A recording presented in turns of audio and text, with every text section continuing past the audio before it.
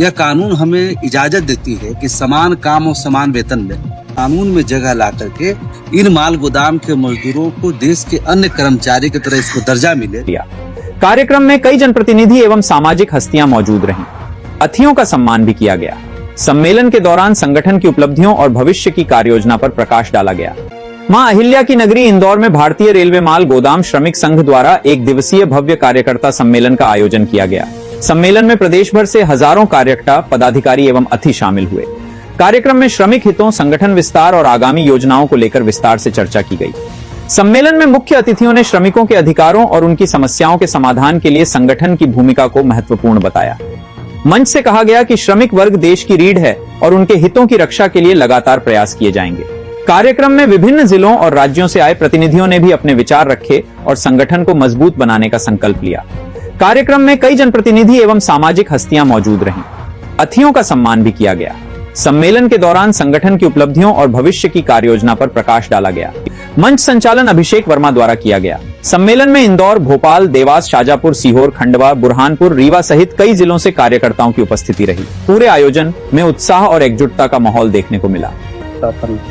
सबसे पहले मैं आपका बहुत अभिनंदन करता हूं, क्योंकि हमारे देश का चौथा स्तंभ मीडिया है, जो आम जनमानस में जागरूकता और आप जो जिस तरह श्रमिकों की आवाज को पूरे देश में पहुंचाने का काम कर रहे हैं, उसके लिए मैं आपका धन्यवाद करना चाहता हूं। आज हमारा भारतीय रेलवे माल गोदाम श्रमिक संघ के इंदौर में एक दिवसीय कार्यकर्ता सम्मेलन है, जिसमें मध्य प्रदेश के विभिन्न माल गोदामों के मजदूर यहाँ उपस्थित हुए।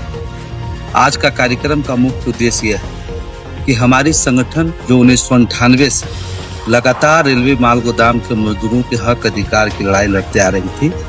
हमारा एक संघर्ष था कि माल गोदाम के मजदूर जो रेलवे माल गोदाम में काम करते हैं, जिससे रेलवे को लगभग 70% की आमदनी होती है और भारतीय रेल हमारे भारत का एक तरह से लाइफलाइन है, हम लोगों से जुड़ा हुआ और भारत में एक महत्वपूर्ण योगदान निभाती है।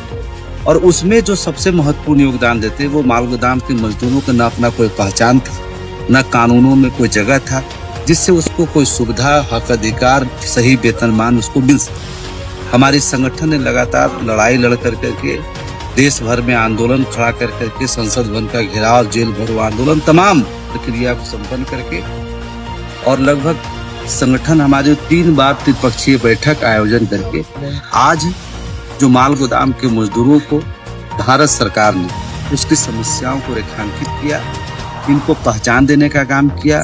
4 लेबर कोड जो आज देश में सभी असंगठित क्षेत्र के मजदूरों के लिए बनाया गया है, उस कानून में रेलवे माल गोदाम के मजदूरों को एक विशेष स्थान प्राप्त हुआ।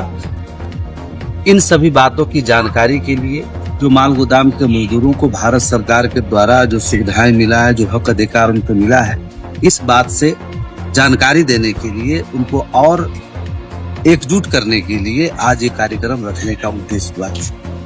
देखा जाता है कि जो आपने संगठन तैयार करा था, बिल्कुल हमारा रेलवे माल गोदाम के मजदूर के साथ कोई भी घटना करता है।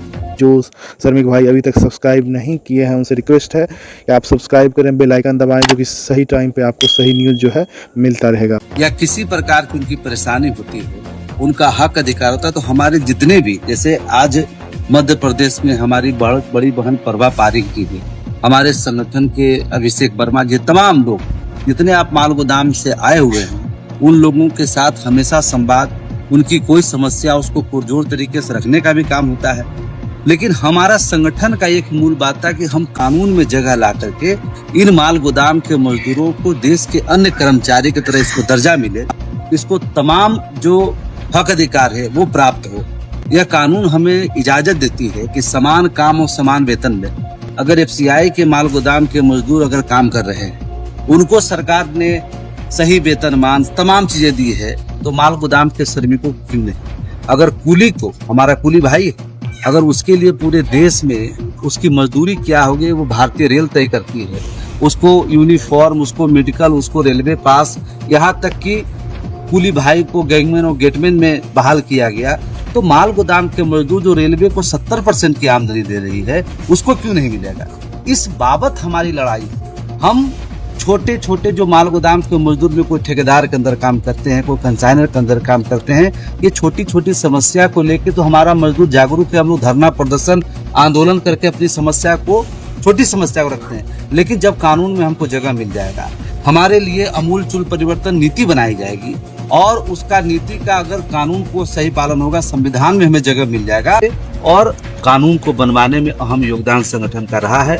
आज माल गोदाम के श्रमिकों को जो हक अधिकार मिलने का रास्ता स्पष्ट हुआ, तो हमारे आने वाले जो पीढ़ियां हैं, हमारे जो बच्चे हैं, जो हमारा भविष्य है, उसका भी पूरी तरह से एक तरह से नया कायाकल्प होगा और एक नई भारत में उसका नई आजादी को अनुभव कर पाएंगे।